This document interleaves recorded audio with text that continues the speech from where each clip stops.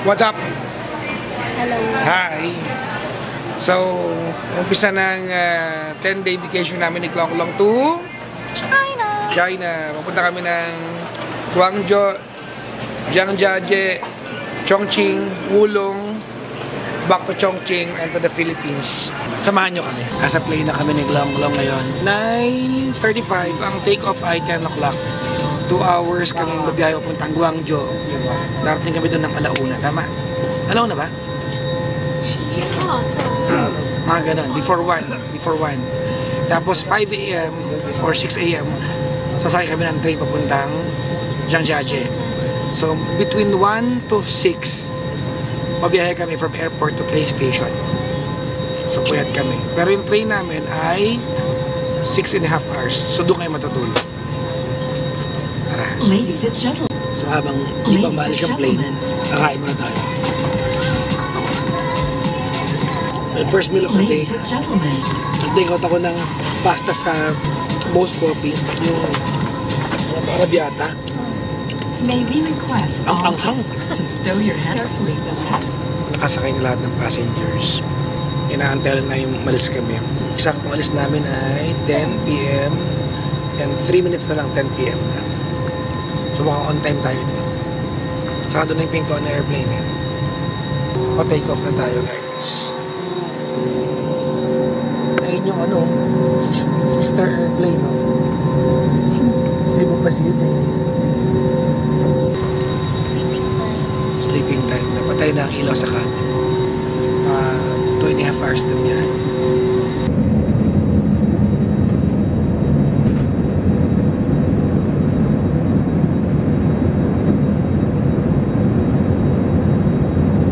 One of we have already started our initial descent to Guangzhou International Airport. We're currently landing na kami. At tulog na tulog pa si Klong. We are 10 minutes away from landing. Paland na kami pero tulog pa rin si Klong. Bababa na yung plano, tulog pa rin siya.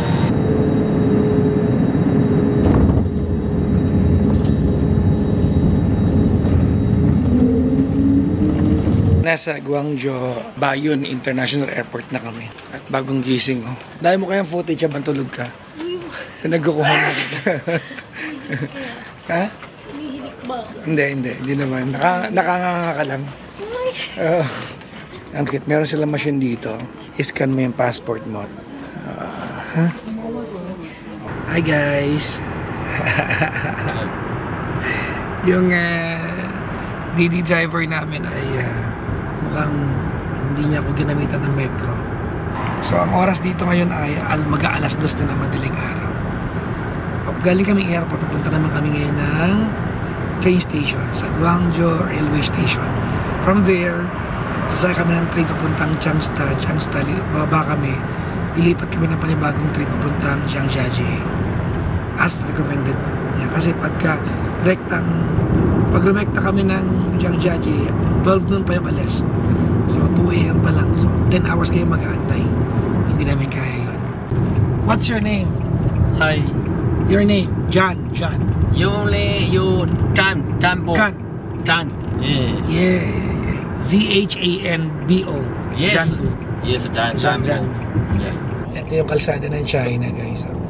Guangzhou Airport area. Papunta kami ng Guangzhou Railway Station. Ito yung sitwasyon ng traffic nila ng 2 a.m. Walang lubak guys. Ang kinis ng daan sobra.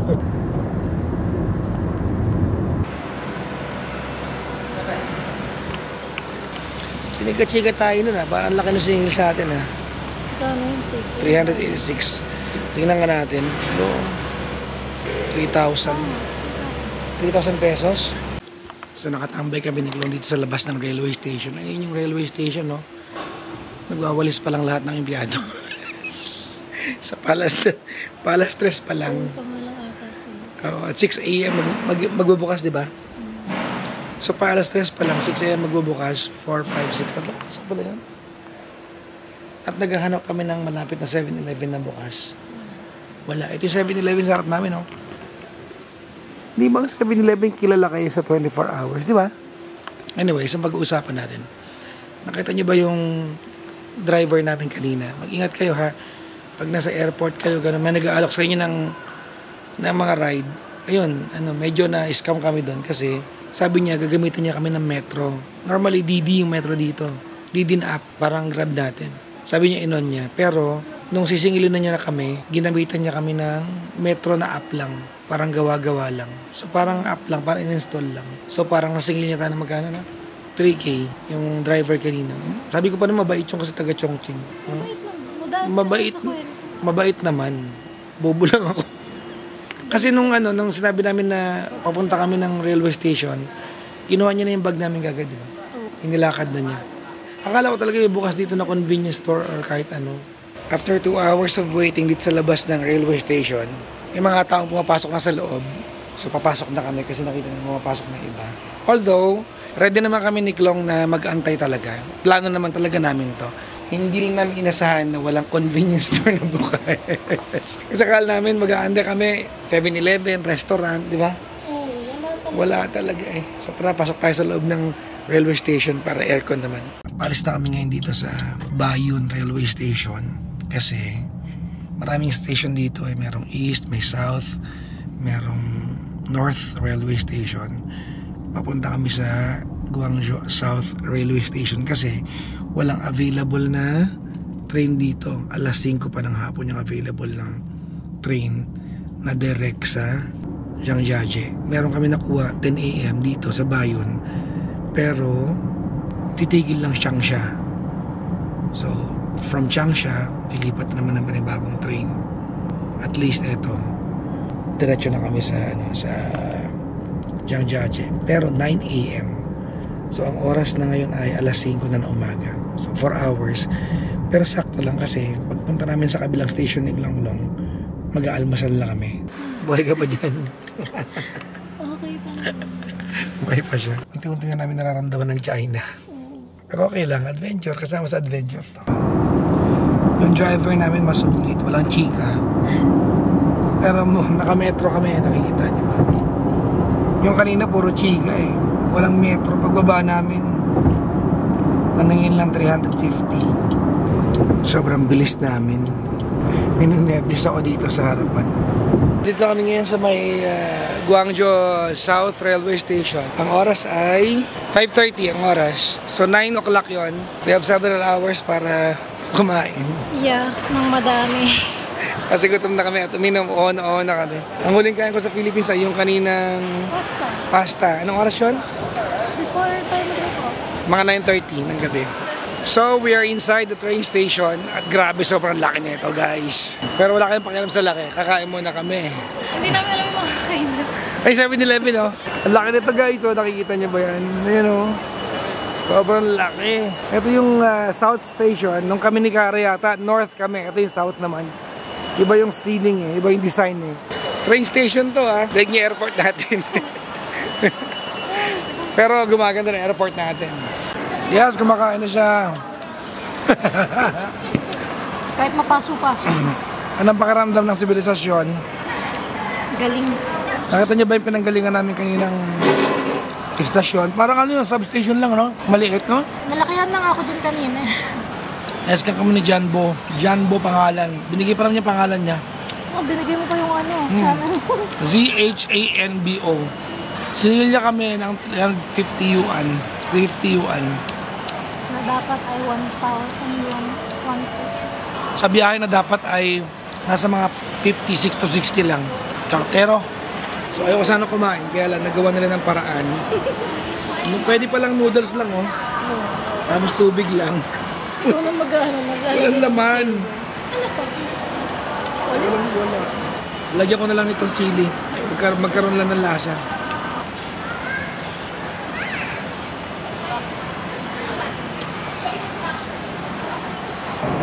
Ano yung high-speed train guys, oh. Nandito na kami ni Klong sa wakas. Masakay na kami.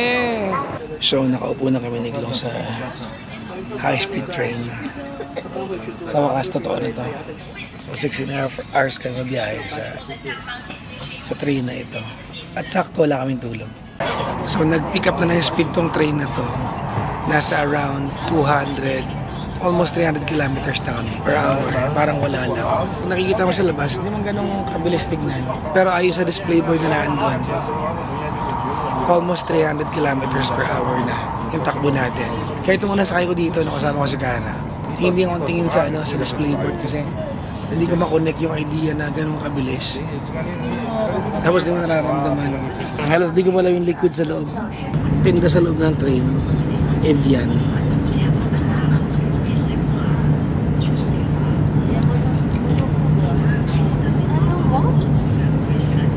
Mahal nito? Wala naman lasa pala to. Anong kinamahal nito? Galing ko sa luha ng gigante. Ang galing to? Made from French Alps. Itong train na to, parang aeroplano din to. May mga nagbibenta rin ng kung ano-ano.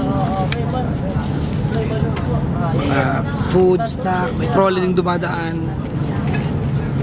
Ito binili ni Glong, Lace. Ito ay potato. Kasi wala ko ibang makain. 1 hour na lang, andun na kami. Tulog si Glong, nakagalong ka na ako. So, bago kami makarating doon, kakain muna ako ng binili ko sa convenience store na ano to? Peach. Mandagdag sugar sa katawan. One station na lang, andun na kami. So nasa Zhangjiajie na kami. Ito yung train, the high-speed train that took us from Guangzhou para makarating dito sa Zhangjiajie. Ito yung terminal dito. So yan, pabalik na ulit ng, ng Hong Kong West. Ayon sa Google Map na, we are 15 minutes away sa titirahan natin. Hindi lang kayo makalabas kasi punuan yung escalator, baka magtulakan eh. Okay ka pa? 24 hours na kami bumabiyahe na. 23 hours na tayong bagong pag-alis ng bahay ng Pilipinas. Grabe, hirap. So ito yung tsura ng Zhangjiajie ka-daytime. Medyo barren, no? Mukha siyang Dubai. Ganito tsura ng Dubai na medyo, medyo plain, earth color. Baka dahil malayo tayo sa mga kaganapan. Nakikita ko yung bundok. Ayun, and there, yung mga mountain peaks. Nakikita ko na. Nakita mo?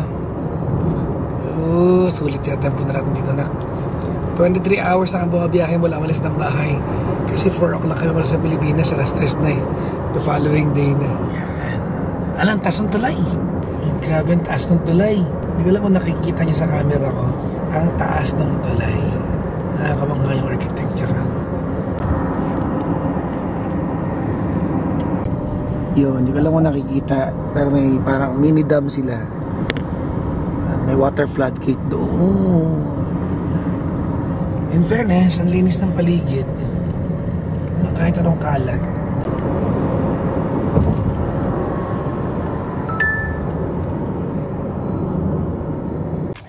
So, hindi ko alam kung ito ay adventure or misadventure kasi yung coordinates ng hotel kung saan nag-book kami ay tama naman. Pero sa maling hotel kami nakapunta. Different city pala yung dato puntahan namin. Ayan yung sulat kamay nung hotel na napuntahan namin. Binigay sa taxi driver. Ayan. Para daling kami sa tamang hotel. At pupunta kami sa tamang hotel. Finally. Hindi na natapos yung misadventures namin ni Glong. Feeling ko na yearly natin maaalala to.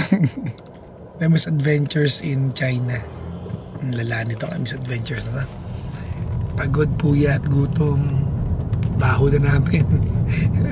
Kasi pa 24 hours na kaming, actually 24 hours na kami mula ulis ng bahay. Mas 4 na eh. So nag-adjust na yung time. So andito na kami ngayon sa tamang lugar kung saan dapat yung hotel namin. At maganda tong lugar namin ngayon kumpara sa kinaligawan namin kanina. Namin rin kainan, ang dami mga establishment, so hindi kayo malulungkot. Para siyang Sapa sa Vietnam. Ganda rin. So, nasa kwarto na kami ni Klong Klong and after all the effort and the pagod, literal na 24 hours mula malis kami ng bahay hanggang makarating kami dito sa room namin sa Zhangjiajie. 24 hours yung inabot namin. So, pahinga muna kami and mamaya pupunta kami sa paligid para kumain-kain. Yun lang. Thank you for watching the first part of our China vlog. Bye-bye!